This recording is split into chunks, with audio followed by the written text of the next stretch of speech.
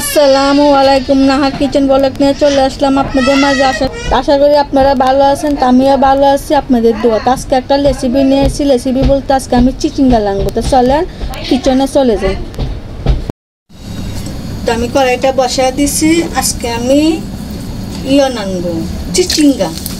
চিচিঙ্গাটা আজকে আমি ইসা মাছ দিয়ে রাঁধবো। দেখেন এটা হলো চিচিঙ্গা, যেটা জালি জালি লাগানো।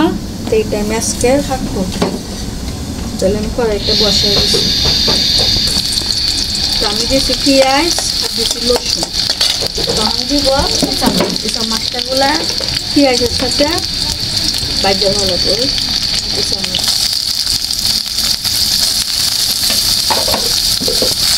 গ্রামে এসব চিচিঙ্গা রসকে থাকে জালি জালি ওরে জালি শরীর মলাই কিন্তু শহরে এগুলো আমরা কিনে খাই।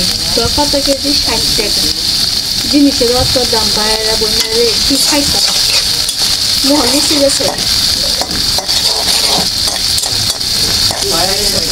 আদা চামচ হলুদ, আদা চামচ জিরা গুঁড়া,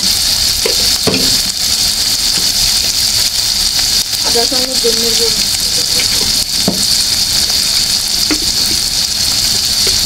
এক চামচ মরিচের গুঁড়া,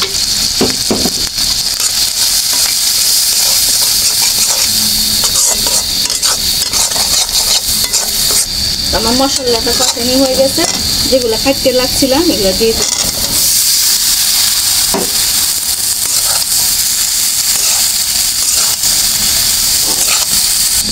আমার এগুলা কষানি হয়ে গেছে। এখন আমি ডাকনাটা দিয়ে দেবো।